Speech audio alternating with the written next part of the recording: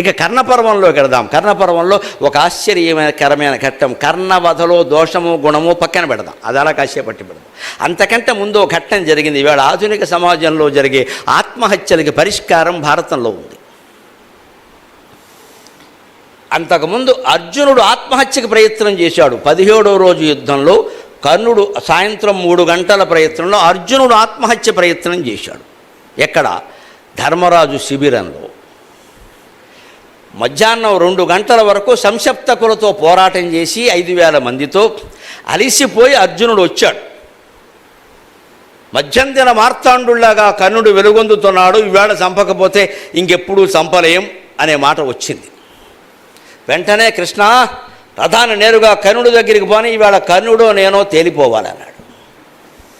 ఈయన రథాన్ని అటు పోనిచ్చాడు. సారథి కర్తవ్యం కదా. ఇంకో మాట చెప్పాలి, కృష్ణుడు ఎంత పాలేరుతనం చేశాడో తెలుసా? సారథి అంటే మనం ఏదో గొప్ప అనుకోకూడదమ్మా. సారథికి రథికుడు ఆజ్ఞ ఎలా జారీ చేస్తాడో తెలుసా? 2 కాళ్ళు సారథి వీపుకు తగులుతూ ఉంటాయండి. రథికుడివి కుడివైపు తిప్పమంటే కుడికాలతో తంతాడమ్మా, రైట్ టర్న్. ఎడంవైపు తిప్పని చెప్పడానికి ఎడంకాలతో తంతాడమ్మా. 18 రోజులు పరమాత్మ ఈ అర్జునుడు తాపులన్నీ పడ్డాడమ్మా. Duty duty duty. పని అంటే పరమాత్మ, పరమాత్మ అంటే పని. అంతే. ఇంకో మార్గం ఇలా చెయ్యి పట్టుకు చెప్పడానికి ఉండదండి. ఈ ధనుస్సు చేతిలో ఉంది, బాణం ఎలా వేస్తున్నాడు. Right turn, about turn, you turn కుదరదండి. ఇక్కడ ట్రాఫిక్ ఎక్కువ ఉంది, ఉండదు. ల్యాబిగేషన్ లేవు ఇక్కడ. ఉన్న పద్ధతి ఏమిటంటే మూల భారతంలో ఉన్న విధానం సారథి నడిపించడం. ఎడంకాలతో ఇలా అంటారు అంటే ఎడంవైపు తిప్పని, కుడికాలతో ఇలా అంటారు కుడివైపు తిప్పని. దేవాది దేవుడు అనంతకోటి బ్రహ్మాండ నాయకుడు ఈయన గారి తాపులు పడ్డాడమ్మా మానవ జన్మెత్తిన పాపానికి. 18 రోజులు. ఏమంటారు మీరు? కృష్ణుడిని దేవుడు అంటారా, ఇంకేమైనా అంటారా? పదాలు సరిపోవండి. పరమాత్మను వర్ణించడానికి పదాలు సరిపోవండి. భాగవతం భారతం చదివితే కళ్ళనీళ్ళు చేడుస్తామమ్మా. మేము ఆ ఆనందం మీకు అందించడం కోసం ఇక్కడికి వస్తామమ్మా, సన్మానాల కోసం, పారితోషికాల కోసం కాదు. నా ఇంట్లో నేను కూర్చొని చదువుకుంటూ ఉంటే నాకు ఆనందం కలిగితే, అయ్యో ఇది 10 మందిలో చెబితే వాళ్ళు కూడా ఆనందిస్తారు కదా, ఆ భావం మాకు గొప్ప సత్కారం అండి. మాకు సత్కారం అయిపోయింది. మేము భాగవతం చదివినప్పుడే అయిపోయింది. ఇవే ఉంటాయి, ఇవన్నీ మామూలు విషయాలు. ఆనందం ఎప్పుడు ఉంటుందంటే చదవడంలో. ఇంత పాలేరుతనం చేయాలా? ఆయన కలిసి వచ్చిందేం లేదే. ఇంత చేస్తే ధర్మరాజు రాజు అయితే కనీసం హోమ్ మినిస్టర్ పదవి లేదు, ఈయన ఒక్క మంత్రి పదవి లేదు, ఒక కార్పొరేషన్ చైర్మన్ కూడా లేదే. ఇవాళ చిన్నదానికి కూడా పెద్ద పదవులు అడుగుతున్నారు. నేర్చుకోవాలి కదా భారతాన్ని చూసి. ధర్మం కోసం, దేశం కోసం తప్ప పరమాత్మకి ఇంకో ఉద్దేశమే లేదండి. ఆ తాపును కూడా పడ్డాడు ఆయన. అటువంటి కృష్ణుని రథం ముందుకు పోని కర్ణుడి దగ్గరికి అనగానే ముందుకు బానిచ్చాడు. అప్పుడు కర్ణుడు ఘటోత్కచుడిని చంపిన ఉత్సాహంలో బ్రహ్మాండమైన తేజస్సుతో ఆయన తండ్రి సూర్యనారాయణుని తేజస్సుతో వెలుగొందిపోదు. రశ్మిమంతం సముద్యంతం భాస్కరం పూజయేస్వ వివస్వంతం భాస్కరం భువనేశ్వరం అని ఆదిత్య హృదయంలో చెప్పినట్టుగా ఆయన వెలుగొందిపోతున్నాడు అక్కడ. ఆ కర్ణుడిని చూసేసరికి అర్జునుడికి కూడా భయం వేసిందండి. జీవితంలో భయాలు ఎలా ఉంటాయి? అర్జునుడు అనగానే భయం లేదు అని ఆయన భయపడ్డాడు. భారతంలో స్పష్టంగా ఉంది. ఒక్కసారి ఇలా చూసి మాధవ మన రథమును వెనుక కుమరల నిమ్ము అన్నాడు. ఇంత తేజస్సుతో వెలుగొందుతున్న కర్ణుడిని ఇప్పుడు చంపడం కష్టమేమో అని అనకుండా, వీరుడు అలా అంటే కష్టం కదా. అప్పటికి ఈయనకు అనుకూలంగా ఒక వార్త తెలిసింది. ఏమంటే కర్ణుడి చేతిలో ధర్మరాజు ఓడిపోయి బాధపడుతున్నాడు, శిబిరంలో ఉన్నాడు, పారిపోయాడు.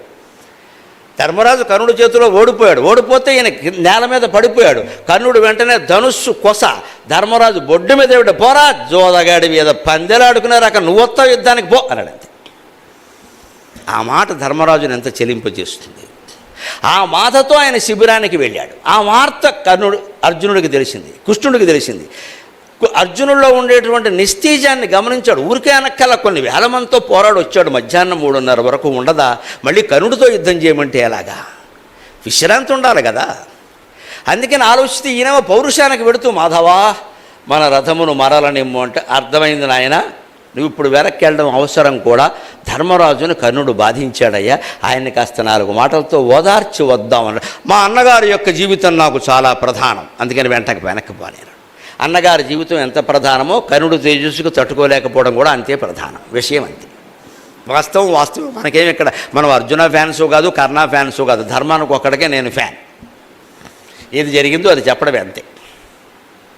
అక్కడికి వెళ్ళాక జరిగింది ఏమిటి అంటే, ఎప్పుడు ఎదుటి వాళ్ళకి అవమానం జరిగినప్పుడు మనం మాట్లాడే విధానం వేరండి. తట్టుకోవాలమ్మా, దానికోసం ఇంత యుద్ధం తెచ్చిపెడతారేమిటి, తట్టుకోవాలి అనడం వేరండి. మనకి జరిగినప్పుడు తట్టుకోవడం వేరండి. ధర్మరాజుల వారికి అవమానం అంటే ఏమిటో ఇప్పుడు తెలిసొచ్చింది. ద్రౌపది వస్త్రాపహరణం చేసినప్పుడు ఈయన గారికి అంత గుచ్చుకోలేదండి. ఆ ఇల్లాలు ఏడుస్తుంటే అంత గుచ్చుకోలేదండి. ఒక్క కనుసేగ భీముడి కేసు చేసుంటే గద ఎత్తి నెత్తి పగలగొట్టేసేవాడు అక్కడే, ధర్మమో అధర్మమో తర్వాత. ఆ కనుసేగ చేయడానికి కూడా ఈయనకి మనస్సు ఒప్పల. ధర్మం ధర్మం సత్యం, నేను మాట ఇచ్చాను అన్నాడు. మరి ఆ ఇల్లాల సంగతి ఏమిటి? కానీ కర్ణుడు ఈయన్ని బొడ్లో ధనుస్సు పెట్టి పొడిచేసరికి ఈయన విలవిల్లాడిపోతున్నాడండి శిబిరంలో. అప్పుడు కృష్ణార్జునులు ప్రవేశించడానికి ఆయన మనస్సు ఎలా ఉందంటే, చంపేసి వచ్చుంటారు కర్ణుడిని అనుకున్నాడు. ఏదో భ్రమ. మన మనస్సులో ఏదైనా అవమాన భారం ఉన్నప్పుడు ఎవరో మనకు ఉపకారం చేస్తారు అనుకున్నాం అనుకోండి, వాళ్ళకి ఇంకా మనం ఫోన్ చేయకుండానే వాళ్ళు మన ఇంటికి వచ్చాడు దేవుళ్ళో వచ్చాడు, ఈ బాడికి చంపేసి ఉంటాడు, ఈ బాడికి వేసేసి ఉంటాడు, ఈ బాడికి డబ్బులు వచ్చేసి ఉంటాయి అనుకుంటారు కదా. ఈ ఆవేశం, సంతోషం ఆవేశం, దుఃఖావేశం లాగే సుఖావేశం. ఆ ఆవేశంలో ధర్మరాజు ఏమన్నాడంటే, అర్జున స్వాగతం, నాకు తెలుసు ఇంతమంది తమ్ముళ్ళు ఉన్నారు కానీ నువ్వే నాకు తమ్ముడు అయ్యా, కర్ణుడిని చంపేశావు, ఎంత అర్థం అని చెప్పి, ఎంత అదృష్టం అని ఏకంగా 16 పద్యాలు వరుసగా పాడేశాడు. శ్రీకృష్ణ విజయ నాటకంలో ఉంటుంది. కృష్ణుడు అర్జునుడుగా ఆంజనేయరాజు గారు వేశాడు, ధర్మరాజుగా కందుకూరి చిరంజీవిరావు గారు వేసేవాడు, మహానుభావుడు. బ్రహ్మాండంగా నడిపించారు సీన్. అలాగే 16 పద్యాలు వరుసగా పాడేస్తుంటే అర్జునుడికి మతి లేదు. అప్పుడు కృష్ణుడితో అంటాడు, ఈ జనగొండు నేను కర్ణుడిని నిర్జించుతున్నాను భావించుచున్నాడు కాబోలు. మరి ఏం చేద్దాం, అలాగే ఉంటుంది. ఈయన అప్పుడే నేను కర్ణుడిని చంపేశాను అనుకుంటాడంటే, ఇంత ఆవేశంలో ఉన్నవాడు ఎలా ఉంటాడు అంటే, చంపలేదు అని తెలిస్తే అర్జునుడిని చంపేస్తాడు. అందుకే సుఖావేశం దుఃఖావేశం ఏదీ పనికిరాదు. నేనేనా నేరుగా శాంతంగా సహనంతో తట్టుకోవలసిందే.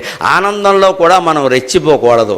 ఏదో పిల్లకి పెళ్లి కుదిరిందనో, పిల్లాడికి పెళ్లి కుదిరిందనో, పిల్లాడికి గొప్ప ఉద్యోగం వచ్చిందనో, TCSలో ప్యాకేజీ బాగుందనో కంగారుగా వంటింట్లోకి పరిగెత్తామనుకో, అక్కడ ఏ అర్థమో పగిలిపోతుందో, కాళ్ళు దిగిపోతాయి. మనం ఆసుపత్రుల్లో ఉంటాం, పిల్లాడి ప్యాకేజీ దీనికి మనకు వస్తుంది. నిన్ను అంత పరిగెట్టమని ఎవరు చెప్పారు? ఇక్కడ కాస్త ఆగచ్చు కదా. ఓవర్ యాక్షన్ అంటారు దీన్ని. ఓవర్ యాక్షన్ దుఃఖం విషయంలోనూ పనికిరాదు, సుఖం విషయంలోనూ పనికిరాదు. ప్రశాంతంగా తీసుకోవాలి. ధర్మరాజు అలా తీసుకోలేక పొగిడేశాడు. అయిన తర్వాత అప్పుడు కృష్ణుడు నెమ్మదిగా ముందుకు వచ్చి అర్జునుడితో సహా వచ్చి, అయ్యా మీ ఆశీర్వచనం వల్ల కర్ణుడిని చంపడానికి నేను వెడుతున్నాను, మీరు ఆశీర్వదించండి అన్నాడు. మంటెత్తిపోయింది. నిజంగా ఇంకా చంపలేదా, ఆశీర్వచనం తీసుకుంటావా? ఆశీర్వచనం ఇచ్చేంత శక్తి ఉంటే నేనే చంపేవాడిగా. మరి అది నిజమేగా అని వెంటనే ఆ కోపంలోనండి ఏం మాట్లాడాలో తెలియక, సిగ్గు లేకపోతే సరి కుంతీదేవి 5గురిని మగపిల్లల్ని కనిదని అనుకున్నా, ఒక్కడు నువ్వు పుట్టావయ్యా మధ్యలో అడ్డంగా అన్నాడండి. అంత మాట అర్జునుడు అనొచ్చా? అంత మాట అనాలి. ఆ రోజుల్లో అది చాలా తీవ్రమైన మాట. ఈ రోజుల్లో అంటే మహిళా మండలి వాళ్ళు కేసెడతారు. అందరూ మగపిల్లలు పుట్టారనుకున్నా, నువ్వు ఒకడు పుట్టావయ్యా అడ్డంగా అన్నాడండి.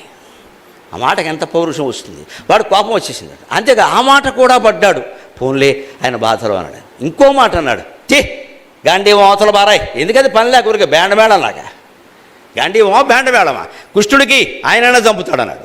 ఆ మాటకు పౌరుషం వచ్చింది అర్జునుడికి. ఆయన ఇదివరకు ఎప్పుడో ఎక్కడో ప్రతిజ్ఞ చేసేట్టు మీడియా ముందు ఏమిటంటే, గాంధీవాన్ని ఇతరులకు ఇమ్మని ఎవరైనా అంటే వాడి తల బద్దలు కొడతానని.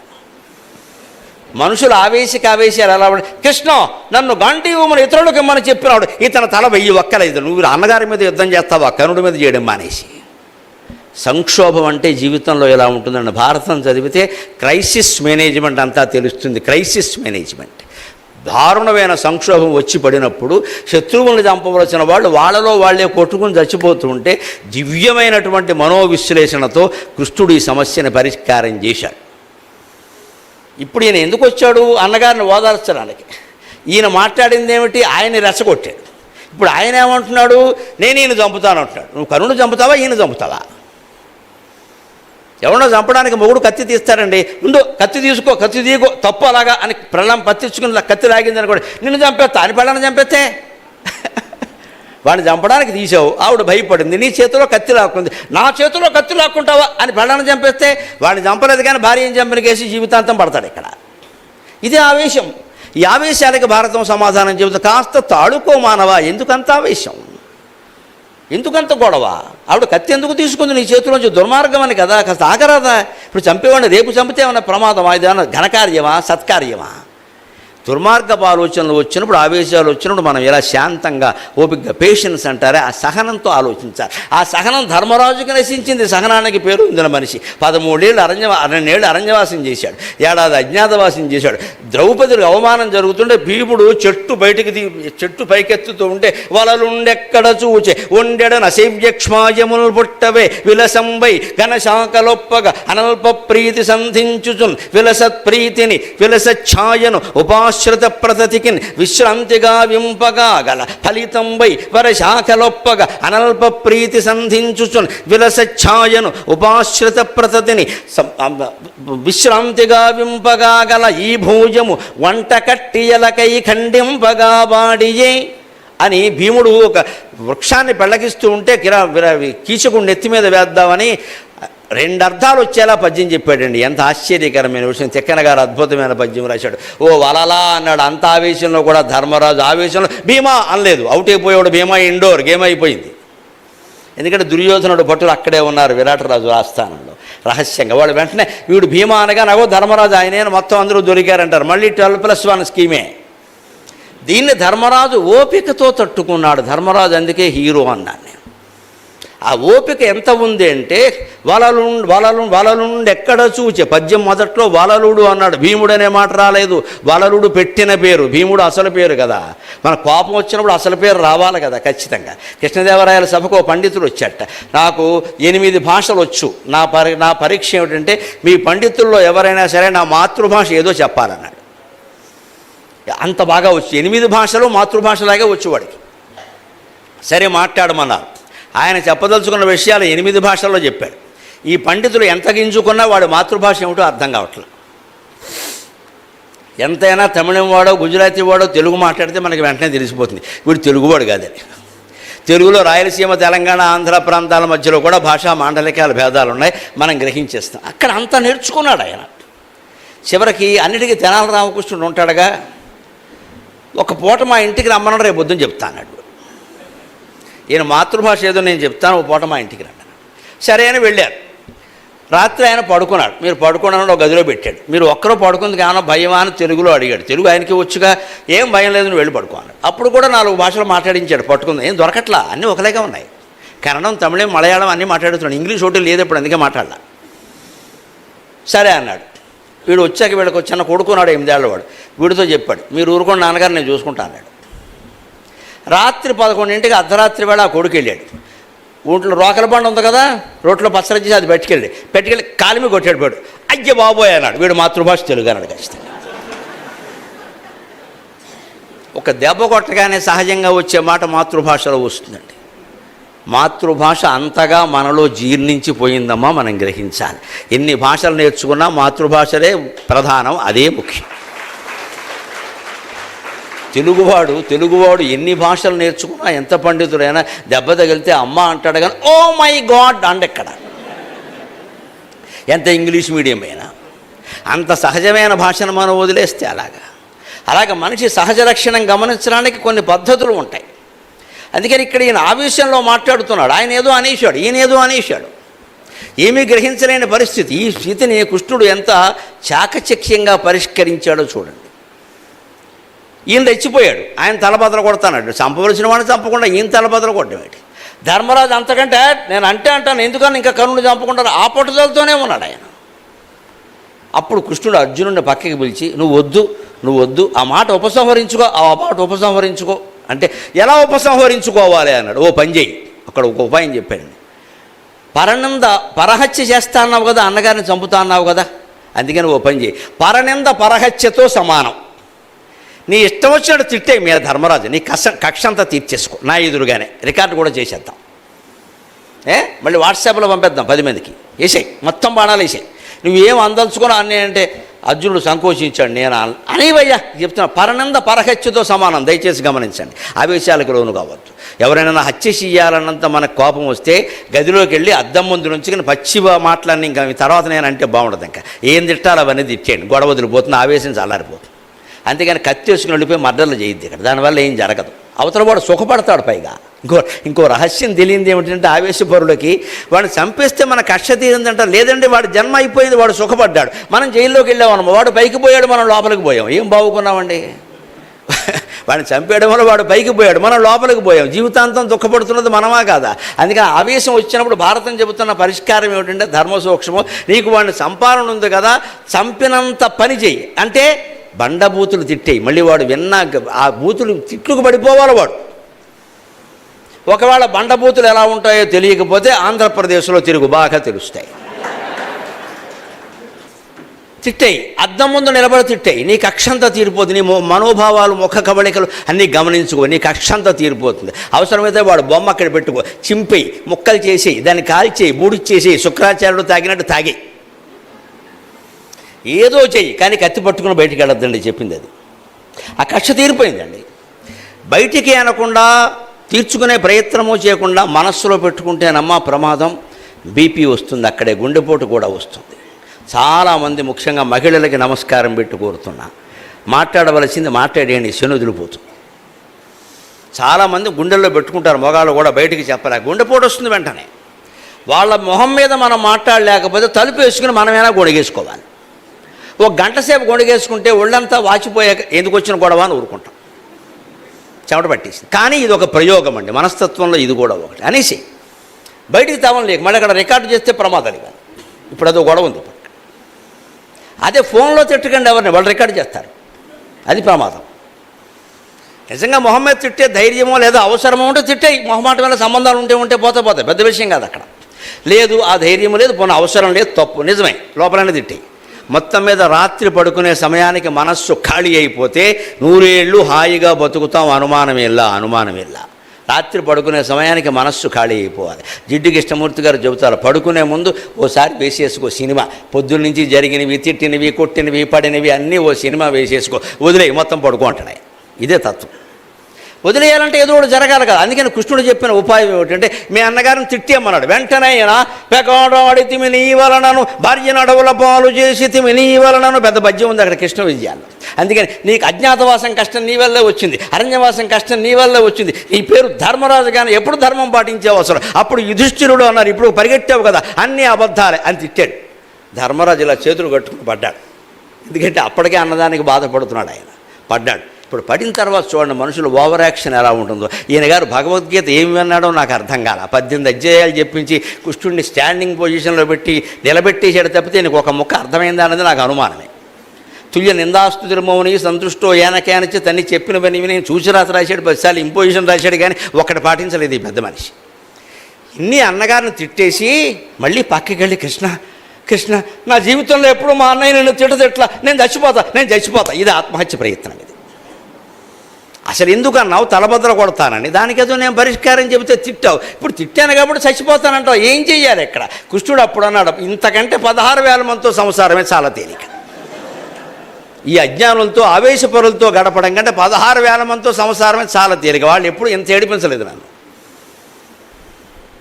అమ్మ అన్నయ్యని తిట్టాను, నా జీవితంలో ఎప్పుడు ఇన్ని మాటలు నా నోట నా బతుక అనకూడని మాట్లాడిన ధర్మరాజు అన్నా జగత్ ప్రసిద్ధుడు అని పెద్ద పద్యం పడతాడు అక్కడ. అందుకని ఆయన తిట్టేశాను, అయిపోయింది, నేను చచ్చిపోతా. ఇప్పుడు ఏం చేయాలి? అప్పుడు మళ్ళీ పక్కకి తీసుకెళ్ళి కృష్ణ పరమాత్మ సంసారాలు చేసిన అనుభవం ఉండి ఊరికే పోతుందా? ఓ పని చేయి, పరనింద పరహత్యతో సమానం కదా, ఆత్మస్తుతి ఆత్మహత్యతో సమానం అన్నాడండి. అది కృష్ణ పరమాత్మ. నిన్ను నువ్వు చంపుకోవడం, నిన్ను నువ్వు పొగుడుకోవడం రెండూ ఒకటే. వీళ్ళు తరచు డబ్బా కొట్టుకునే వాళ్ళందరూ ఆలోచించండి దయచేసి. నేను అలాంటి వాడిని, నేను ఇలాంటి వాడిని, నేను అది చేశా, నేను ఇది చేశా అంటుకుంటున్నావంటే నువ్వు ఆత్మహత్య చేసుకున్న వాడితో సమానం. నీవు చేసినవన్నీ ఎదుటివాడు చెప్పాలి, నువ్వెందుకు చెబుతున్నావు ఇక్కడ?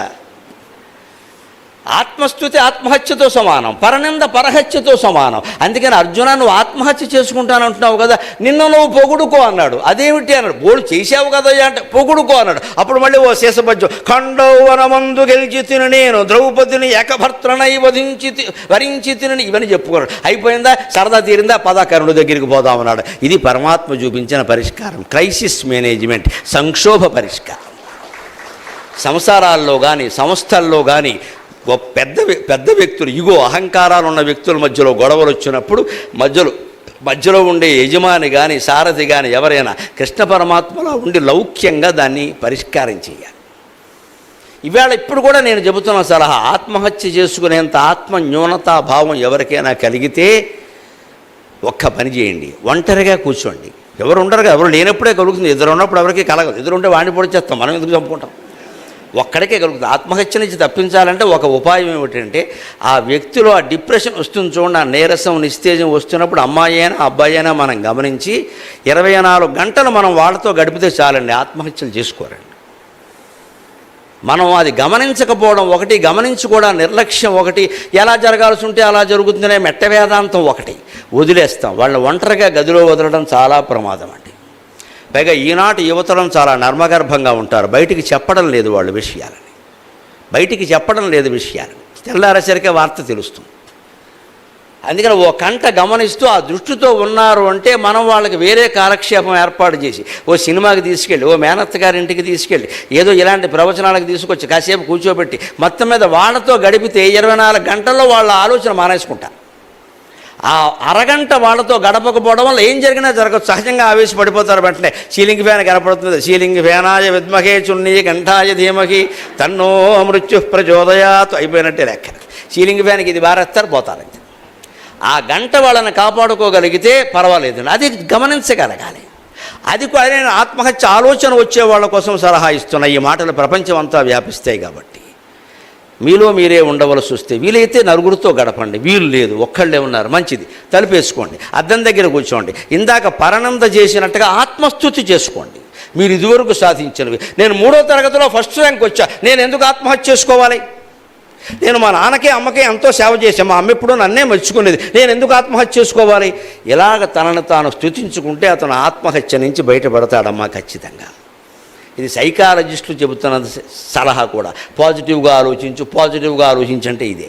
మన జీవితంలో మనం సాధించిన ఘన విజయాలు కొన్నైనా ఉండవా అండి, చిన్నవైనా ఉండవా? అంత దుర్మార్గులు ఉంటారా, అంత నిర్వీర్యులు ఉంటారా? ఏవో కొన్ని పనులైనా మంచివి చేసి ఉంటాం కదా. ఆ చేసినవి తలుచుకుని మనమే స్తుతించుకోవాలి, ఎవడూ లేడు కదా. పైగా పక్కనున్న వాళ్ళు చేయవలసిన పని ఏమిటంటే అతన్ని స్తుతించాలి. నువ్వెందుకమ్మా బాధపడతావు, ఎంత సాధించావు, నువ్వు చక్కగా చదువుకున్నావమ్మా, నీకేంటే బంగారు తల్లి, నాన్న ఎప్పుడు నేను మెచ్చుకుంటూ ఉంటారమ్మా. ఈ మాటలు అమ్మాయి చెవిని పడుతూ ఉంటే అమ్మాయి ఆ ధోరణి నుంచి బయటకు వస్తుంది. లేకపోతే ఏదో ప్రేమలో విఫలమో ఇంకోటో ఏదో మనసులో బాధ, ఆడవడం మా గొట్టంగాడు, వాడు పెళ్లి చేసుకోకపోతే ఇంకోటి చూస్తాను నేను మహారాజు, నీకెందుకే గొడవ? ఇలాంటి మాటలు తల్లిదండ్రులు మాట్లాడాలి. కానీ అసలు నేను నా స్కూల్లో చేరొద్దని చెప్పాను, ఆ కాలేజీకి వెళ్ళొద్దని చెప్పాను, మీ నాన్న దీనికి కారణం, ఈ సాధింపులు పనికిరావమ్మా. వాళ్ళు వెంటనే చచ్చిపోతారు ఇంకో గంట ముందే. మనం మంచిని సాధించాలి కానీ వాళ్ళని సాధించకూడదని పట్టుకుని ఇక్కడ దానికి కారణం ఎవరు? నీకు అంతా నీ మేనమామ పోలుకు వచ్చింది, ఎందుకు వచ్చిన కూడా ఇది భార్యాభర్తలు దెబ్బలాడకూడదు. అక్కడ నుంచి వాళ్ళ మనస్సు మార్చే ప్రయత్నం ఏమిటంటే ఆత్మహత్యకు పూరుకునే వాళ్ళని ప్రస్తుతిస్తే వాళ్ళ లోపాలు, వాళ్ళ గుణాలు వాళ్ళకి తెలుస్తాయి. లోపాలు చెప్పకూడదు, ఇంకో 4 లోపాలు జోడించద్దు. అంతేకాదు పొరపాటును కూడా జాతకాల జోలికి పోవద్దు. ఆ సమయంలో ప్రమాదం అంటే ఇది ముందే రాసిపెట్టిందని ఆయన చెప్పేస్తాడు, లేకపోయినా సరే, ఎందుకంటే మీరు అదే దృష్టితో వెళ్ళారు అక్కడికి. అది ప్రమాదం అండి. దానివల్ల యజ్ఞాలు యాగాలు తాయెత్తులు కట్టుకోవడం వల్ల అది బోధండి, అది మారదు. మన మాటల వల్ల మారుతుంది ఖచ్చితంగా, మన చర్యల వల్ల మారుతుంది. మనం తోడు నీడగా ఉండి నీకు నేను తోడుగా ఉంటాను, ఏం జరిగినా నేను చూసుకుంటాను అని కృష్ణ పరమాత్మ అర్జునుడికి గ్యారంటీ పథకం ఒకటి ఇస్తాడే. మా శుచ అంటాడు, ఏడవకు నేనున్నాను అన్నట్టుగా. సర్వధర్మాన్ పరిత్యజ్య మామేకం శరణం వ్రజ అహం త్వా సర్వపాపేభ్యో మోక్షయిష్యామి మా శుచ. నువ్వు ఎన్ని పాపాలు చేశాను అనుకున్నా బాధపడకయ్యా, నేను మొత్తం పాపాల నుంచి నేను నిన్ను విముక్తుడిని చేస్తా, ఏడవకు, డోంట్ వర్రీ. ఇది భగవద్గీత మొత్తం సందేశం అండి. అంతకంటే గొప్ప గ్రంథం ఉండదండి. అసలు ఒక్క అభయం ఇచ్చేసాడు ఆయన. అర్జునుడు కర్మ ఆయన అనుభవించాడు, తర్వాత కన్నప్పగా పుట్టాడు, ఏం వచ్చి కూర్చోలేదు అక్కడ. కానీ మాట అనడం వల్ల అర్జునుడు యుద్ధం చేశాడు.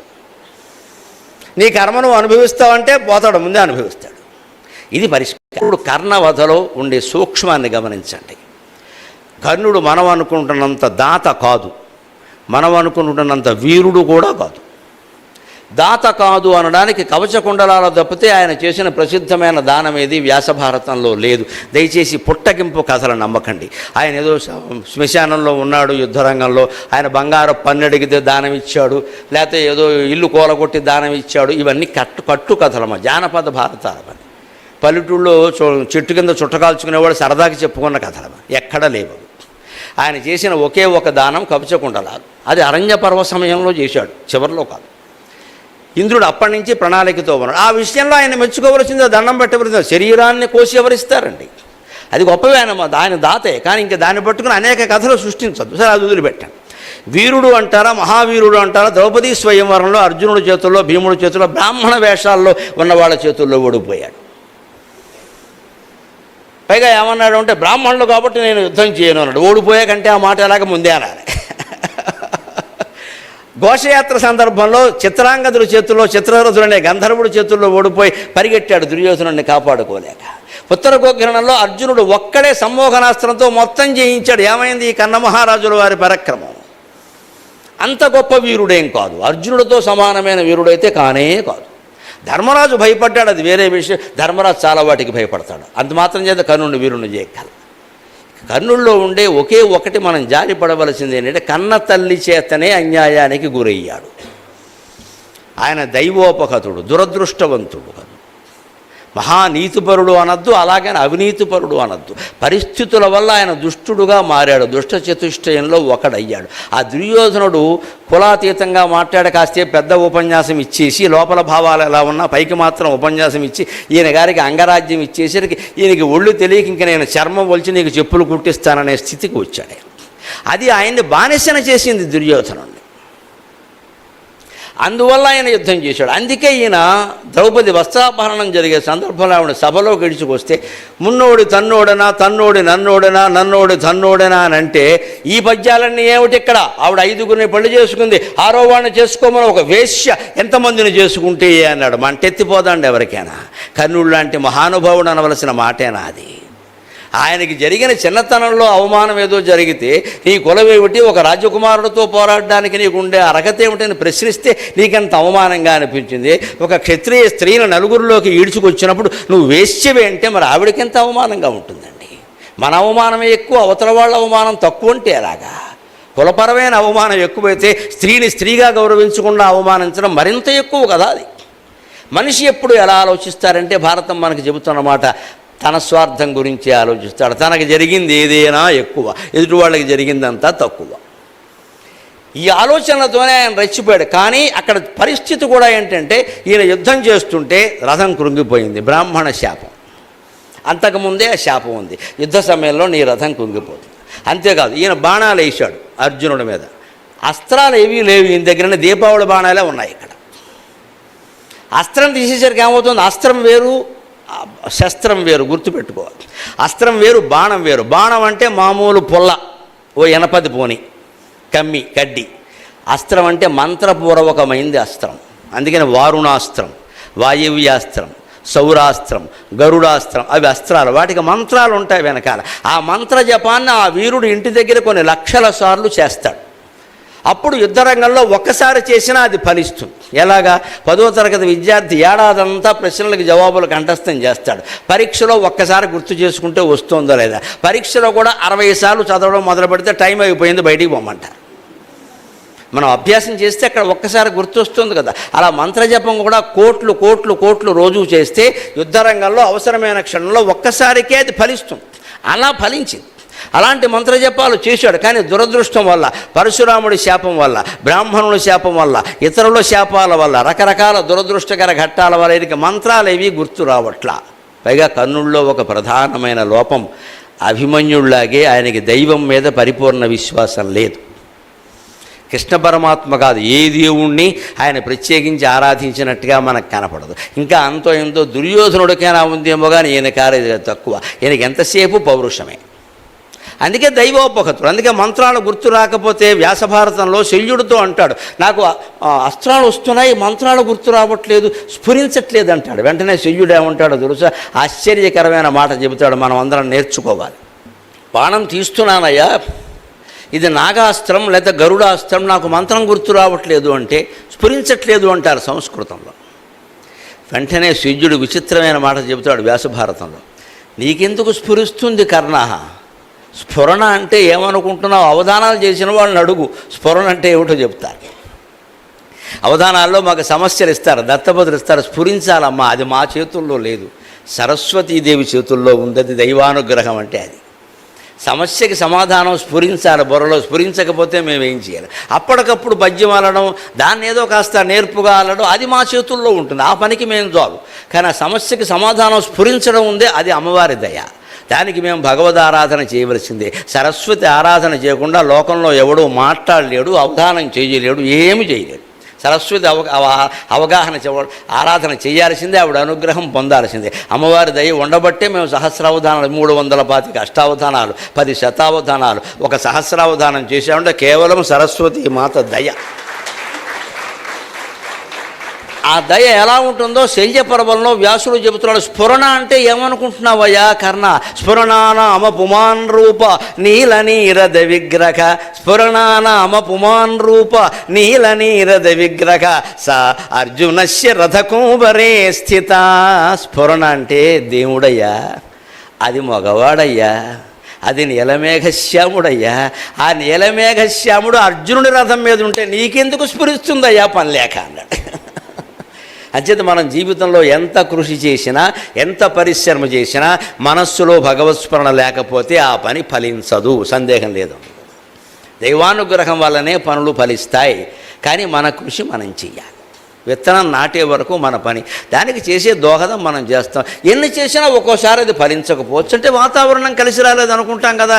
అన్ని వాతావరణాలని నియంత్రించగలిగిన ఏకైక శక్తి శ్రీకృష్ణ శక్తి, అదే లలితా శక్తి. ఆ శక్తిని మనం నమ్ముకోవాలి. నమ్ముకునే విధానం ఎలాగా? నిరంతరం మనస్సులో నమశివాయ, నమో నారాయణాయ, శ్రీమాత్రే నమః ఏదో ఒక నామం స్మరిస్తూ ఉండాలి. అప్పుడు మన పని ఎలా ఉంటుంది అంటే స్పీడప్ అయిపోవడం అంటే వేగంగా వేగంగా దానికి అనుకూలంగా వచ్చేస్తుంటాయి అన్నీ. ఎక్కడ అవి మనకు తెలియదు. విచిత్రంగా ఎవరో ఫోన్ చేస్తారు, రమ్మంటారు, మనం అనుకున్నది అయిపోతుంది.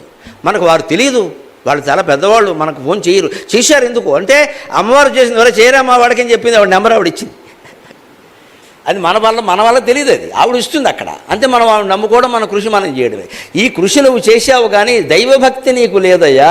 అర్జునుడు దైవభక్తుడు, భగవద్గీత చెబుతుంటే మోకాళ్ళ మీద కూర్చుని విన్నాడయ్యా. నువ్వైతే వింటావా? సెలవు పెట్టి పారిపోతావు అక్కడి నుంచి. ఆ దైవభక్తి లేని చోట ఏదీ నిలబడదయ్యా అని శల్యుడు చెప్పాడు. అది లేకపోవడం కర్ణుల్లో ప్రధానమైన లోపం. ఇంకో మాట లౌకికంగా ఆలోచించండి. రథం కృంగిపోయింది కింద, అది శాపం. ఆయన ఏమన్నాడు అంటే నీ రథం ఎన్నిసార్లు నువ్వు తీసినా కృంగిపోతుంది అన్నాడు. తీశాడు, కృంగింది, తీశాడు, కృంగింది. 25 సార్లు అయ్యాక వేశాడు అర్జునుడు బాణం. ఇంకేం చేయమంటారు? 3 రోజులు కూర్చోమంటారు అక్కడ? అది జరగదు, అది ఇంకా శాపమే అది. అందుకని నా బావా రథం కృంగిపోయింది, బయటికి తీసుకుంటున్నాడు, ఇప్పుడు చంపితే రేపు మీడియా వాళ్ళు మొత్తం హెడ్డింగ్ పెట్టి రాసేస్తారు. అందులో నాకు ప్రధాన శత్రువు, నేను భీష్ముడిని చంపకపోయినా పర్వాలేదు, ద్రోణుడిని చంపకపోయినా పర్వాలేదు, కర్ణుడిని చంపలేకపోతే అర్జునుడు పౌరుషం ఏమిటి అంటారు అంటే ఊరుకోవయ్యా అని మోకాల మీద గిల్లి ద్రౌపదీ వస్త్రాపహరణం అప్పుడు ఆయన అన్న మాటలన్నీ శేషపద్యం పాడి 6:30 సూతులో హార్మనీ వాయించి రెచ్చగొట్టి పారేశాడు. ఆ ఊపులో అర్జునుడు వేశాడు. ఇంత చేస్తే అర్జునుడు వేసిన బాణం నాగాస్త్రం కాదు, గరుడాస్త్రం కాదు, నారాయణాస్త్రం కాదమ్మా, అది కేవలం మామూలు బాణం. మామూలు బాణానికే కర్ణుడు వెళ్ళిపోయాడు. ఇది దైవానుగ్రహం వెనకాల ఉంటే పూచిక పుల్ల చాలు. ఆ దైవంబును నమ్మిన గోదావరి కూడా ఈత కొలనైపోవున్. సాగరఘోష కావ్యంలో నేను రాసిన పద్యం. ఆ దైవంబును నమ్మిన గోదావరి కూడా ఈత కొలనైపోవున్. ఆ దైవంబును నమ్మిన గోదావరి కోడ ఈత కొలనైపోవున్. నీదైన చిత్తశుద్ధికి పాదాక్రాంతంబగును ప్రపంచం వెల్లన్. చిత్తశుద్ధితో భగవంతుడు స్మరిస్తూ మన పని మనం చేస్తే ప్రపంచం మనకి పాదాక్రాంతం అవుతుంది. అదే దైవానుగ్రహం లేకపోతే స్ఫురించదు. అదే శల్యపర్వం, దుర్యోధన వధ. తొడ మీద కొట్టడం ధర్మమా అంటారే, తిక్కన గారి భారతం చదివితే అర్థమవుతుంది.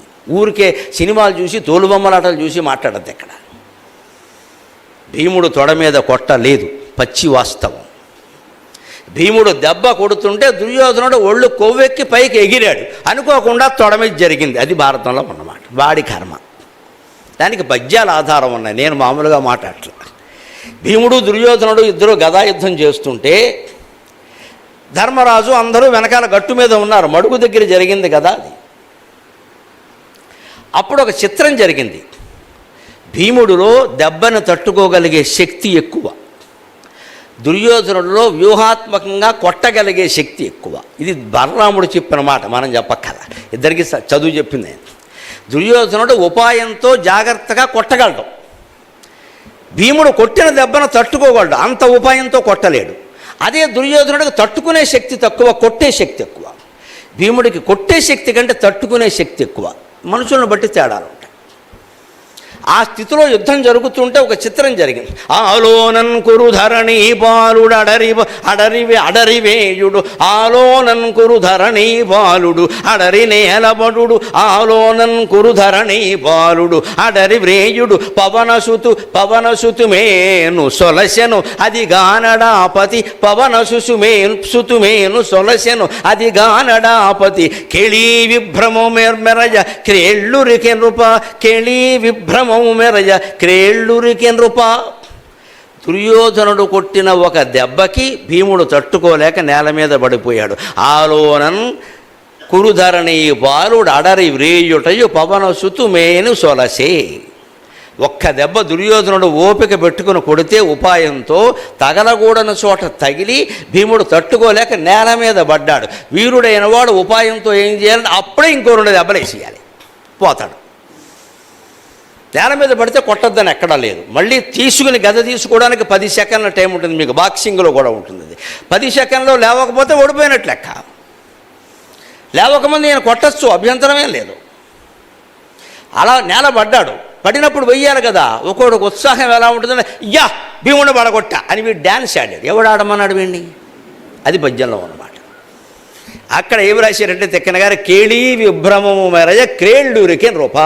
క్రీడాకారుడు ఇంకా గెలవకముందే ఓహో అడావుడు చేసినట్టుగా ఆయన పెద్ద గంతులు వేసాడు. అయ్యాడు. ఎవడు గంతులు ఏమన్నాడండి? ఓడిపోయే కర్మ ఉంది కాబట్టి. ఆ గంతులేస్తున్నప్పుడు ఈయన ఇలా లేచి గంతులేస్తున్నాడు కదా, ఆ దృష్టి చూశారండి. ఉరికిన తేరి పై కురికి ఉగ్రత భీముడు వ్రేయ. ఆ అవకాశాన్ని భీముడు వినియోగించుకున్నాడమ్మా. అది దైవానుగ్రహం, అది దైవానుగ్రహం. ఈయన దెబ్బ తట్టుకుని కింద పడితే ఒక దెబ్బ 2 దెబ్బలు కొట్టేస్తే అయిపోయేది. ఆయన కొట్టలేక డ్యాన్స్ ఆడుతున్నాడు అక్కడ. భీముడిని కొట్టా, ఒక్కడినే కొట్టా, నేనే గెలిచేసా, ఇంతమంది చనిపోయినా మొత్తం నాది. ఈ అత్యుత్సాహం దెబ్బతీస్తుంది ఇప్పుడు కూడా. Over action. ఉరికిన తేరి పై కురికి ఉగ్రత భీముడు రేయ అవ్విభుండు ఉరికి అవ్విభుండురికి మహోద్యమస్ఫురణ ఊర్ధ్వ పరిభ్రమణంబు చేసినన్ తెరపియతండుగాంచి సముదీర్ణరయంబున వేసినన్ తొడల్ విరుగ నగాగ్రము ఉద్భట విప్రహతిన్బడు చాట్పునన్బడెన్. శల్యపర్వంలో భీమ దుర్యోధన గదాయుద్ధంలో తిక్కన గారు రాసిన పద్యం. ఒక్కొక్క మాట వింటే ధర్మ సూక్ష్మం ఎలా ఉందో అర్థమవుతుంది. భీముడు రవ్వంతా కూడా తప్పు చెయ్యలేదు. కాకపోతే అవకాశం వచ్చినప్పుడు వదలకయ్యా అని చెప్పడం కోసం ఏదో ఈయనకి ఇబ్బంది ఉన్నట్టుగా మాటికి ఏ అనేవాడు. శ్రీకృష్ణుడు ఆలోచనలు ఎప్పుడు ఎలా ఉంటాయంటే, పెద్ద లాంగ్ జంపు హై జంపు చేసి గిన్నీస్ రికార్డు కోసం మీరు యుద్ధం చేయట్లేదయ్యా, వాడు తొడ పగల కొట్టారు, కొట్టేయి 5 నిమిషాలు అయిపోయాయి, నేరుగా వెళ్ళి కొట్టేయి ఒకటే దెబ్బ. ఎందుకంత యుద్ధం చేస్తున్నాడు? ఎందుకంటే అంత యుద్ధం చేస్తే భీముడు అలిసిపోతే కొట్టేవాడు లేడు ఇక్కడ, ధర్మరాజు కొట్టలేడు. సహదేవుడిని పంపిస్తే కృష్ణుడే రావాలి మళ్ళీ ఇక్కడ గదేసుకొని. అందుకని కృష్ణుడు చాలాసార్లు తొడ చూపించాడు. భీముడికి ఒక పౌరుషం ఏమిటంటే, ఆయనకు కూడా దైవభక్తి లోపల ఉంది కానీ ప్రకటితం కాల. ఆయన చెప్తే మనం కొట్టద్దు, మామూలుగానే చంపుదాం, అవదు అలాగా. నీవు అదే మరి పౌరుషానికి దైవానికి తేడా. నీ పౌరుషాలు పనికిరావు ఇక్కడ. ఆయన సలహా ఇస్తున్నాడు, ఈయన వెండల్లా వదిలేశాడు కృష్ణుడు. ఇంకా చివరికి భీముడికి అది మెరిసింది. వెంటనే ఈయన పైన పడి కొడతాడేమో, నా పని అయిపోయింది అనుకోండి. భీముడు బెదురు కళ్ళతో చూస్తుంటే ఈయన డ్యాన్స్ ఆడుతున్నాడు, ఎగుడుతున్నాడు. వెంటనే ఉరికిన తేరి పై కురికి ఉగ్రత భీముడు వ్రేయ అవ్విభుండు ఉరికి మహోద్యమస్ఫురణ ఊర్ధ్వ పరిభ్రమణంబు చేసిన. అక్కడ ఈయన ఎలాగా పైకి ఎగురుతున్నట్టుగా గంతులాడుతుంటే వెళ్ళి భీముడు గద మొత్తం 2 చేతుల్లోకి సమస్తేంద్రియాల శక్తిని తెచ్చుకుని ఒక్కసారి ఇలా గద పెట్టి ఒక్క వేటు వేశాడు. ఆ వేటు వేసే సమయానికి దాన్ని తప్పించుకుందామని ఈయన పైకి ఎగిరాడు. పైకి ఎగరడం వల్ల తొడ మీద తగిలింది, ఎక్కడ తగలాలో అక్కడ తగిలింది, వాడు పోయాడు. ఇది కేవలం దైవ సంకల్పం వల్ల జరుగుతుంది. అందుకే కవిగారు ఇక్కడ విచిత్రమైన మాట వాడాడు.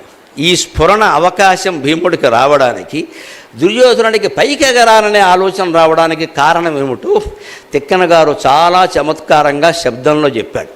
ఆ తొడ మీద ఆయన కొట్టగానే తొడలు విరిగి నగాగ్రము ఉద్భట పవిప్రకతిన్బడు చాట్పునన్బడెను.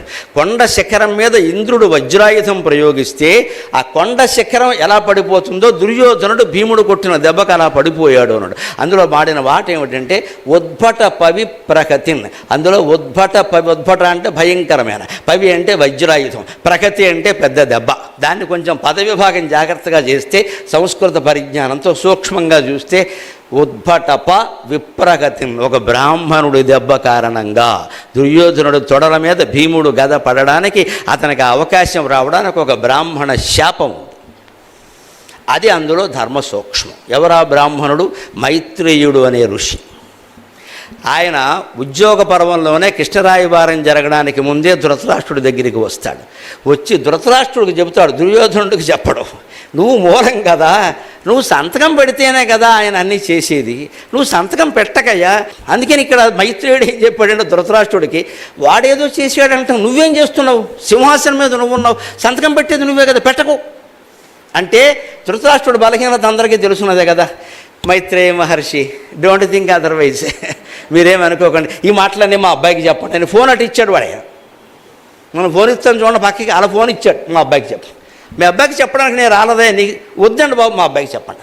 ఈనాశ ఏమిటంటే, మనం చూడండి మన పిల్లల్ని మనం బాగు చేసుకోలేకపోతే మా బోటుగాళ్ళు కనపడకనే మీరు 2 మాటలు చెప్పండి మా అబ్బాయి. అమ్మ నువ్వు కన్న తల్లివి, నువ్వు కన్న తండ్రివి, నువ్వు ఏళ్ల తరబడి చెప్తే బాగుపడినవాడు మా ప్రవచనం వల్ల బాగుపడిపోతాడా మీ అజ్ఞానం కానీ. అదో నమ్మకం, ఇంకేం చేయలేక అలాగే పాపం మైత్రేయుడు చూడగా నేను మా వాడికి చెప్పండి అంటే అక్కడికి పాపం కాదనలేక ఆయన బ్రాహ్మణుడు ఋషి సత్వగుణం అని ఫోన్లే చెబుదామని ధృతరాష్ట్రుడే దుర్యోధనుని పిలిచాడండి. పిలిస్తే మైత్రేయ మహర్షి 1000 సంవత్సరాల పాటు మహావిష్ణువు గురించి తపస్సు చేసిన మహర్షి. ఆయన వస్తే ఈ సన్నాసి కాలిమే కాలేసి కూర్చున్నాడండి, లెగ్ ఆన్ లెగ్ ఇలాగ. ఏంటంటే మీరు బ్రాహ్మలా, ఏ బ్రాహ్మణ సంఘం అని అడిగాడు. ఇక్కడ ఇదండి దుర్యోధనుడు మాట్లాడే విధానం. మైత్రేయుడు లాంటి మహర్షి వస్తే నువ్వు కాలిమే కాలేసి కూర్చుంటావా? పెద్దవాళ్ళ ముందు కూర్చునే విధానం అదా? ఇంట్లో పిల్లలకు కూడా నేర్పాలమ్మా, పెద్దవాళ్ళ ముందు కాలేసి కూర్చోకూడదు. పైగా ఇప్పుడు పెద్ద కర్మ ఏమొచ్చిందంటే కాలిమే కాలేసుకున్నా పర్వాలేదమ్మా, అర్ధనగ్న వేషాలు వేసుకుని మరీ కాలిమే కాలేస్తున్నారు. ఇక్కడ కనీసం పూర్తిగా డ్రెస్ వేసుకున్నా పర్వాలేదు, కొంత తట్టుకుంటాం. అది వేసుకుని కాలిమే కాదు. ఇక్కడ ఇక మేము అక్కడ ఉండాలో పోవాలో తెలియదు. ఇది నేర్పాలి పిల్లలకి. గోమ్మే కొడితే నేర్చుకుంటారు, వినకపోతే ఇంట్లోనే నేర్పాలి. తండ్రి దగ్గర తల్లి దగ్గర కూడా అలా కూర్చోకూడదు. అది కాలిమీకాలు ఎందుకు వస్తుందండి? ఇంతసేపు 2.5 గంటల పైగా చెబుతున్నానమ్మా, ఈ 3 రోజుల్లోనే కాలిమీకాలేడి మీరు చూశారా? నేను వేసుకోలేనా? మీరు ఏమన్నా కాదంటారా? సభా మర్యాద కాదది. మర్యాదలు కొన్ని ఉంటాయి. కాలిమీ కాలేస్తే నువ్వు ఇలా కూర్చున్నావు ఇంకేం వింటావు అన్నాడు. మీరు చెప్పేదేదో మీరు చెప్పరాదా, అలా కూర్చుంటే మీకే అన్నాడు. ఇక్కడ అప్పుడు వాళ్ళు నేనేం చెప్పక్కలా, కూర్చుని మామూలుగా ఊరుకోలేదు, చెప్పండి నువ్వు చెప్పండి అన్నాడు. తొడ ఊపాడు. ఏది ఊపుతున్నావో అదే భీముడు ఊపుతాడు రా అబ్బాయి అన్నాడు. అంతే. అది మైత్రేయుడి శాపం. ఆ శాపం వెనకాల మన మనస్సు మీద పనిచేసినప్పుడు శాపాలు వరాలు మన మనస్సు మీద పనిచేస్తాయి. ఆ మనస్సు మీద పనిచేయడం కారణంగా వాడు పైకి ఎగిరాడు. ఈ మనస్సు మీద అదే శాపం పనిచేయడం కారణంగా భీముడు అప్పుడే కొట్టాడు. అనుకోకుండా అది కాలి మీద తగలాల్సిన దెబ్బ పైన తగిలింది, ఛాతీ మీద తగలాల్సిన దెబ్బ తొడకి కింది భాగంలో, కటికి కింది భాగంలో కొట్టకూడదు అన్నారు కదా, అది ఛాతీ కోసం ఆయన ప్రయోగిస్తే ఈయన పైకి ఎగరడం వల్ల తొడ మీద తగిలింది. ఈయన పైకి ఎందుకు ఎగిరాడు, ఆయన అప్పుడే ఎందుకు కొట్టాడు అంటే మైత్రేయ మహర్షికి తెలుసు ఆ రహస్యం. శాపాలు వరాలు అంత చిత్రంగా పనిచేస్తాయి. అందుకని మనకు తెలుసున్న వ్యాఖ్యానాలు ఏవో చేసేసి అందరినీ అన్యాయంగా చంపారు అన్నది. భీముడు చేసినది అవ్వంత అన్యాయం లేదు. ఆయన తొడ మీద కృష్ణ పరమాత్మ కొట్టమని చెప్పినా కొట్టలేదు, ఆయన మామూలుగానే చేశాడు. అనుకోకుండా అది తొడ మీద జరిగింది, తగిలిందంటే వాడి కర్మ, అది ఈయన చేసింది ఏమి లేదు అక్కడ. అంటే ఎలా భగవంతుడు నిర్ణయించాడో ప్రణాళిక, విధి ప్రణాళిక అలాగే జరిగిపోతుంది. రౌప్తిక పర్వం సుప్తి అనే మాట నుంచి వచ్చింది, నిద్ర. అందరూ నిద్రలో ఉండగా 18వ రోజు యుద్ధం కూడా అయిపోయాక దుర్యోధనుడు ఇంకా చనిపోయే దశలో ఏమీ దొరక్క అశ్వత్థామని పిలిచి రెచ్చగొట్టేశాడు. దుర్మార్గుడు, అహంకారం ఉన్నవాడు అలా ఉంటాడు. చివరి క్షణంలో కూడా వాడికి అది పాము పగే. ఈ పిచ్చి బ్రాహ్మణ్ణి పిలిచి, తండ్రిని కోల్పోయిన వాడిని పిలిచి కిరీటం పెట్టేసి అక్కడ ఆ మడుగులో కుళ్ళునీళ్లు పట్టుకొచ్చి డ్రైనేజీ వాటర్ నీకు అభిషేకం చేసేసి, నువ్వు నిజంగా నాకు మిత్రుడు అయితే పాండవులు లేకుండా చేసే అది యుద్ధమా? ఆయన రాత్రికి రాత్రి పాండవులు సుఖంగా పడుకున్న శిబిరం మీద, ఉప పాండవులు, ధృష్టద్యుమ్నుడు, శిఖండి అందరూ పడుకున్న శిబిరం మీద దాడి చేసి 3000 మందిని చంపేశాడు. మా కృష్ణార్పణం 3000 మందిని.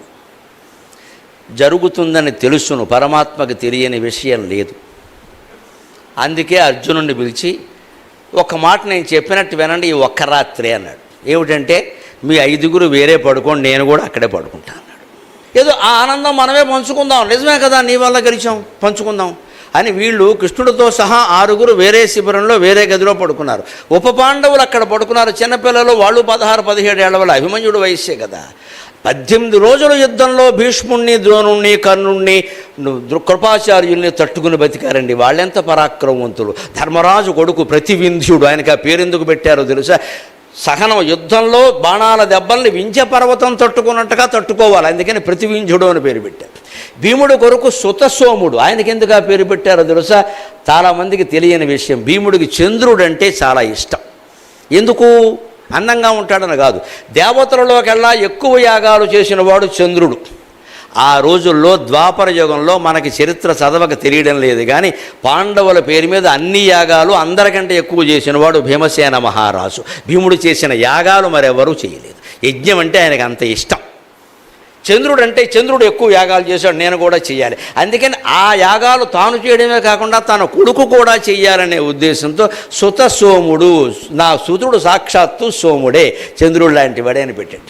అర్జునుడు కొడుక్కి శృతకీర్తి, శృతకర్మ అని 2 మాటలు ఉన్నాయి, అవి పెట్టాడు. ఎందుకంటే అర్జునుడు అప్పటికే కొడుకు పుట్టే కాలం నాటికే అరణ్యవాస సందర్భం సుమారుగా సభాపర్వం కదా, రాయసూయాగం చేశారు, జయించుకుని వచ్చాడు. ప్రసిద్ధమైన కర్మ పనులతో ఖాండవ వనదహనం లాంటివి చేసి అప్పటికే కీర్తి పొంది ఉండడం వల్ల నా కీర్తి నా కొడుకు కూడా దక్కాలని శృతకీర్తి అని పేరు పెట్టాడు. పేరు పెట్టడంలో అంత ఆలోచన చేశారు కానీ నక్షత్రాలను బట్టి, నామనక్షత్రాలను బట్టి పెట్టేలా. అడ్డగోలు పేర్లన్నీ పెట్టకూడదు, పిల్లలు బాగుపడే పేర్లు పెట్టాలి.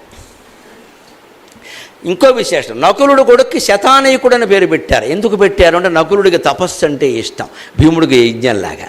ఆ కురువంశంలో పూర్వకాలంలో శతానీకుడు అనే రాజు 100 ఏళ్ళు తపస్సు చేశాట, ఆయన పేరు నా కొడుకు పెట్టుకుంటానని పెట్టాడు. ఇంకో విశేషం, సహదేవుడు కొడుక్కి శృతసేనుడు అని పేరు పెట్టాడు. అది ఎందుకు పెట్టాడు అంటే శృతసేనుడు అంటే అగ్ని.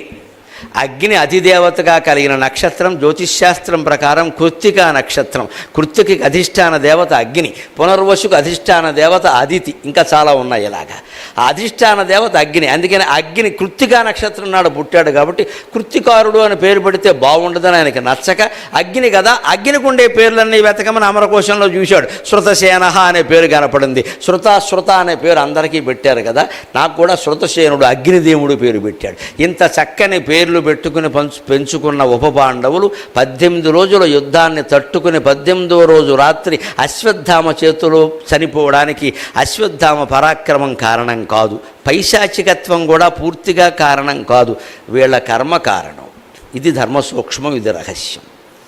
ఎవరో చేశారంటాం, మన కర్మఫలం లేకపోతే వాళ్ళు కూడా చేయలేరు. వీళ్ళ కర్మఫలం ఏమిటంటే వీళ్ళు 5గురు కూడా విశ్వే దేవతలు. పితృస్థానం ఆబ్దికాలు పెట్టే వాళ్ళకి బాగా తెలుస్తుంది. పితృస్థానం విశ్వే దేవస్థానం అంటారు. విశ్వే దేవతలు 5గురు ఉన్నారు, వాళ్ళు 10 మంది పైన ఉంటారు. అందులో 5గురు హరిశ్చంద్ర కథ జరిగినప్పుడు హరిశ్చంద్రుడిని విశ్వామిత్రుడు బాగా బాధపడుతూ ఉంటే తట్టుకోలేక ఆయన పరీక్ష కోసం చేశాడు. కానీ వీళ్ళ తట్టుకోలేక నిజంగానే చేశాడు అనుకుని ఒక ఋషికి ఇంత కోపం ఉండొచ్చా రాజు మీద, ఆయన కాటికాపరణ చేస్తాడా, వాళ్ళ ఆవిడ్ని అమ్మించేస్తాడా, పిల్లాన్ని కూడా చంపేస్తాడని విశ్వామిత్రుడిని దూషించారు తెలియక. ఒళ్ళు వండి విశ్వామిత్రుడు మీరు మానవులై పుట్టండి, ఆ విషయాలు మీకు తెలుస్తాయన్నారు. అందుకని వాళ్ళు ద్రౌపది గడుపును ఉపపాండవులే పుట్టారు. ఆ పుట్టినప్పుడే విశ్వామిత్రుడు కాళ్ళ మీద పడి మేము ఉండలేము, మానవులం, అన్ని రేట్లు పెంచేస్తారు, అన్ని రేట్లు మళ్ళీ తగ్గిస్తారు, ఏది ఎలా ఉంటుందో తెలియదు, ట్రాఫిక్ జామ్ కూడా పడలేము, రాజకీయాలు అసలే పడలేము, మమ్మల్ని తొందరగా పైకి తీసుకొచ్చే మానవలోకంలో మేము ఉండమన్నారు. అప్పుడు విశ్వామిత్రుడు వాళ్ళకి చెప్పింది ఏమిటంటే ఏం కంగారు పడకుండా నా నాన్నారు కాబట్టి నేను శాపం ఇచ్చా, మీరు పడాల్సిందే, 16 ఏళ్లకు పైకి వచ్చేస్తారు, కంగారు పడకుండా.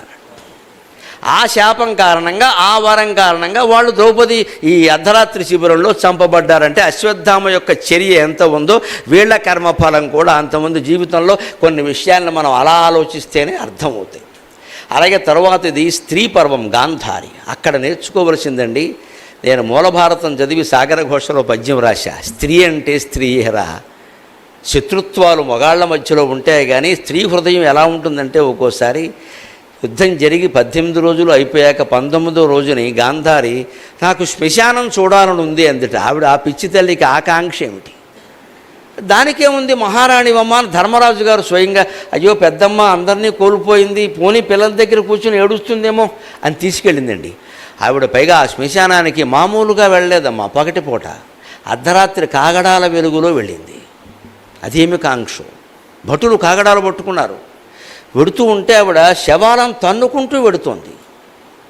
అది ఎవరి శవం? అది చూసి నేను సాగరఘోష కావ్యంలో పద్యం రాశా.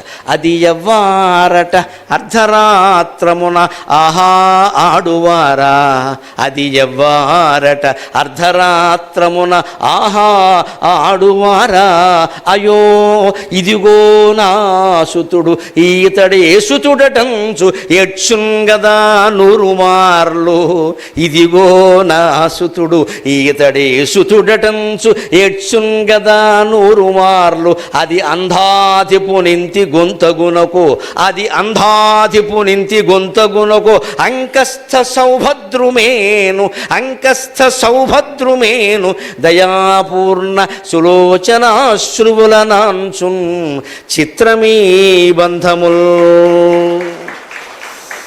అని మనస్సు కరిగిపోయి సాగరఘోష కావ్యంలో 1116 పద్యాల్లో ఇది ఒక పద్యంగా భారత యుద్ధాన్ని వర్ణిస్తూ రాశాను. గాంధారి అర్ధరాత్రి వేళ వెడుతుంటే కాలికి తగులుతుంటే గుడ్డావిడ కదా, కళ్ళు గంతలు కట్టుకుంది. పాపం ఆగింది ఆవిడ. వెంటనే భటుడు, అమ్మా మీ అబ్బాయి వికర్ణుడు, అమ్మా మీ అబ్బాయి దుశ్శసేనుడు, మీ అబ్బాయి దుష్ప్రదర్శనుడు. ఎవడైతే ఏమిరా, అంకెలు పేర్లు ఎందుకురా, అందరూ చచ్చిపోయారు కదా, ఒక్క కుమారుణ్ణి నా తద్దినం బిడ్డం కోసం ఉంచాలని భీముడికి అనిపించలేదే, ఒక్క చేత్తో మొత్తం చంపేశాడని ఆ తొందరలో ఆవిడన్న మాట ఏమిటంటే బాధలో, ఇంతమంది ద్రౌపదిని వస్త్రాపహరణం చేశారా అని అడిగిందండి.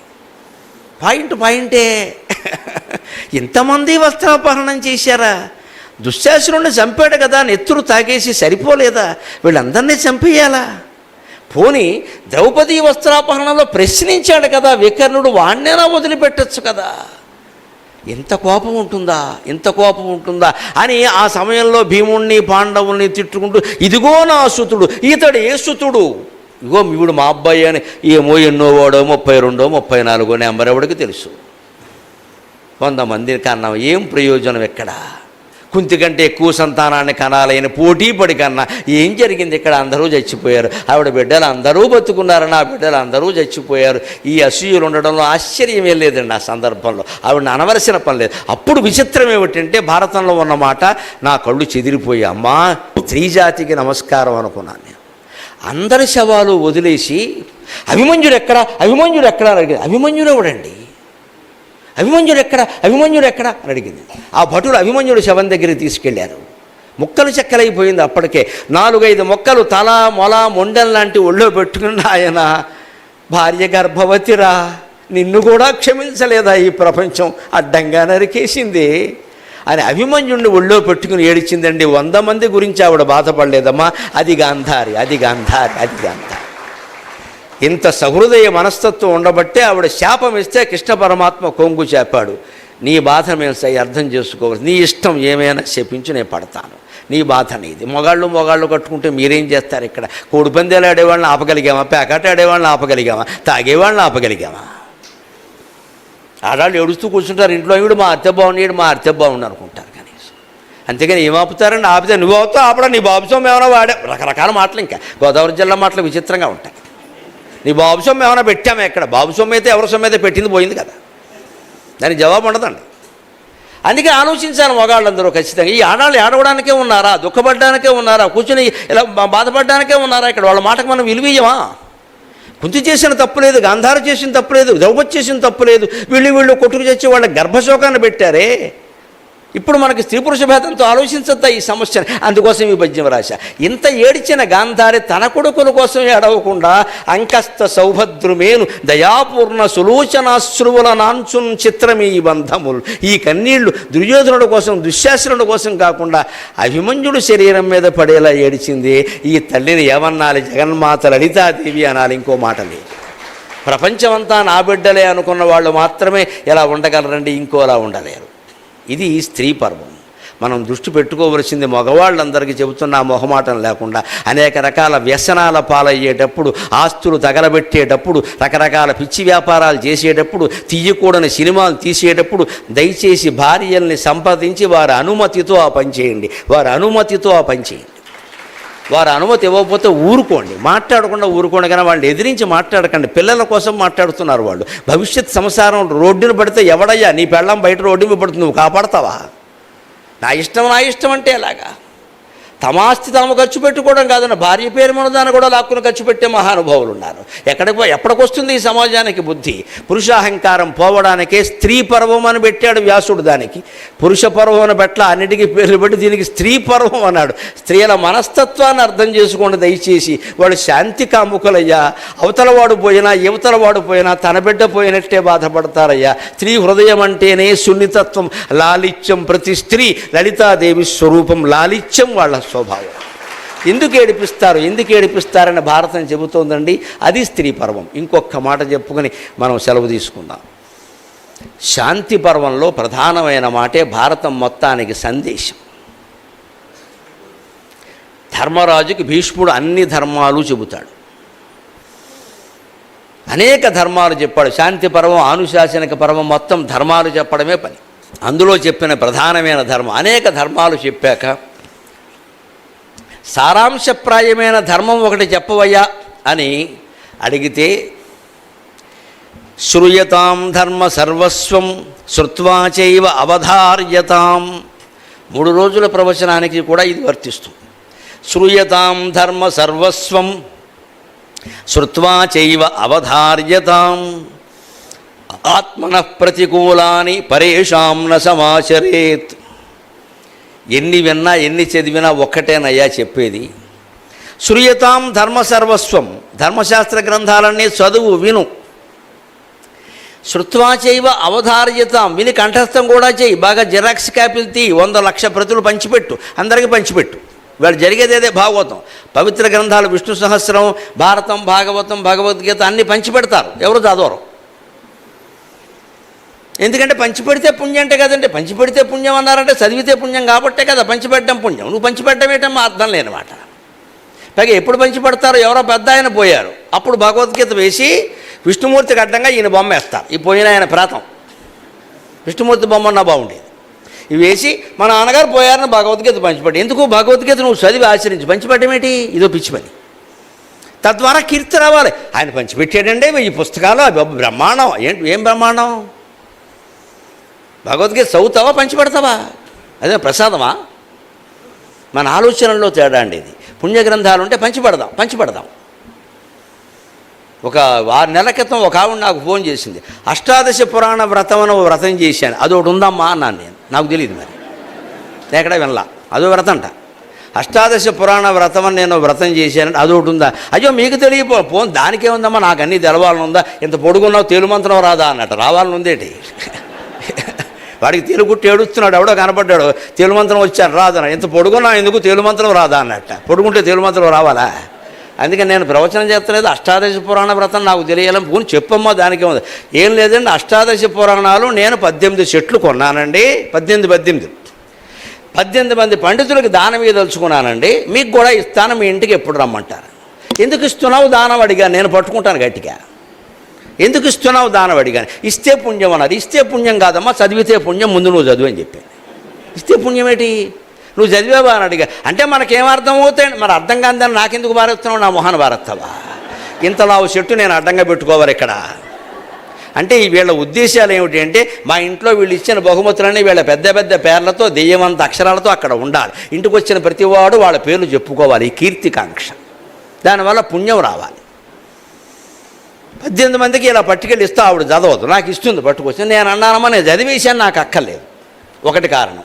నేనేం పేదవాడిని కాదు, నువ్వు కావాలంటే నేను కొనుక్కోగలను, నువ్వు నాకు ఇవ్వక్కల. అందుకని ఇదే పుస్తకాలను ఇవ్వాలంటే ముందు ఇవ్వడం ఆపేయమ్మా. 18 చెట్లు కొన్నావు కదా, 19వ చెట్టు ఎందుకు కొనలేదన్న. 19 ఎందుకండి, నువ్వు చదవడానికని చెప్పాను. దానం ఇవ్వాల్సింది 18 కాబట్టి 18, 19 కూడా కొనమా, అది ముఖ్యం. అది నువ్వు చదవడా, నువ్వు చదివాక 18 దానవి. అంతవరకు ఈ బరువంతా నీ ఇంట్లో భరించు, నీకు తెలుస్తుంది బాగా అని చెప్పాను. లేకపోతే మీకు నచ్చని పుస్తకాలన్నీ మా మొహాన భారత్యం మేము చావాలి ఇక్కడ. దానం ఎంతసేపు ఏదైనా గొప్పది ఉంటే దానం ఎవరికో ఇచ్చేద్దాం, మనం చదవక్కల్లా. ఏదైనా బట్టల వస్తువుల పుస్తకాలు దానం ఎలా ఇస్తారండి? మీరు చదవాలి పుస్తకాలు, మీకు నచ్చబు చదివేస్తే అప్పుడు ఇచ్చేయండి, లేదు చదివే అవకాశం లేదంటే అప్పుడు ఇచ్చేయండి, అది వేరే విషయం. చదివే వాళ్ళకి ఇవ్వండి, పుణ్యం ఎందుకు? ఇది మనం నేర్చుకోవలసింది ఖచ్చితంగా. అందుకే ఎన్నైనా విను, ఎన్నైనా చదువు, ఒక్కటే మాట, ఆత్మన ప్రతికూలాన్ని పరేషాం న సమాచరేత్. ఇతరులు ఏ పని చేస్తే నీకు బాధ కలుగుతుందో అది ఇతరుల పట్ల నువ్వు చెయ్యకు అన్నాడు. ఇది అన్నిటికంటే గొప్ప ధర్మం, మనం గుర్తుపెట్టుకో. దీన్ని తిక్కన గారు మొత్తం తెలుగు సాహిత్యంలోనే అపూర్వమైన పద్యంగా చెప్పాడు. ఒరులే జవియొనరించిన నరవర అప్రియము తన మనంబునకగు తానురులకున విశేయకునికి పరాయణము పరమధర్మ పదములకెల్లన్. ఇతరులు ఏ పని చేస్తే నీకు బాధగా అనిపిస్తుందో అది ఇతరుల పట్ల నువ్వు చెయ్యకయ్యా. ఇంతకంటే ధర్మం చెప్పాల్సింది ఎలా? ఈ త్రాసులో కనుక మీరు చూస్తే మీకు ధర్మ సందేహాలు రావండి. మీకు ధర్మ సందేహాలు రావు, వెంటనే అక్కడ ఆగిపోతాయి ఖచ్చితంగా, అంతే. అది పెద్ద సమాధానం. ఇంక దానికి ఎవరికి ఫోన్ చేసి అడగాల్సిన పనేమీ లేదు అక్కడ. అందుకని ఇతరులు ఏ పని చేస్తే మనకి బాధ కలుగుతుంది మన పట్ల, వాళ్ళు మన ఏదో తెలిసి తెలియకుండా ఓ మాట అన్నారు, తెలుసుకుని మాట్లాడచ్చుగా, తెలియకుండా మాట్లాడడం ఎందుకని మనం అనుకుని బాధపడ్డాం కదా, మనం కూడా తెలియకుండా మాట్లాడద్దు. అవతల వాళ్ళ ఇంటూ ఏదైనా జరిగిందంటే ముందు మీకు ఆసక్తి ఉంటే విచారణ చేయండి ఏం జరిగిందో. వాళ్ళ ఇంటో ఎప్పుడూ అలాగే జరుగుతుంది, వాళ్ళ అమ్మాయి ఎంతే వాళ్ళ అబ్బాయి ఎంతే అని వ్యాఖ్యానాలు చేయిద్దామా. మన అబ్బాయి గురించి చేస్తే అదే వ్యాఖ్యానం, వీళ్ళకెందుకు మన గొడవ అంటాం కదా, మరి వాళ్ళ గొడవ నీకెందుకు. ఇలా చిన్న విషయం దగ్గర నుంచి పెద్ద విషయం వరకు ప్రతిదీ ఒకే పద్ధతిగా ఆలోచిస్తే ప్రభుత్వాలకు సైతం ఇది నీతిగా వర్తిస్తుందండి. పాత ప్రభుత్వం వారు ఏ పనులు చేశామని మనం విమర్శించామో కొత్త ప్రభుత్వం వారు ఆ పని చేయకూడదు. మళ్ళీ అవే చేస్తే మిమ్మల్ని ఎందుకు ఎన్నుకున్నది ఎక్కడ? అంతకంటే భిన్నంగా మంచిగా పరిపాలిస్తారనే కదా ఎన్నుకున్నది. ఆ ప్రభుత్వాల దగ్గర నుంచి వ్యక్తి వరకు కూడా ఉపయోగించే ధర్మాలు శాంతి పర్వంలో చెప్పారు. ఇది భారతంలో ధర్మ సూక్ష్మాల ఘట్టం. ఒక్క మాట వ్యాసుడు చివరగా వినాయకుడికి చెప్పిన మాట చెప్పి నేను చమత్కారంతో సెలవు తీసుకుంటాను.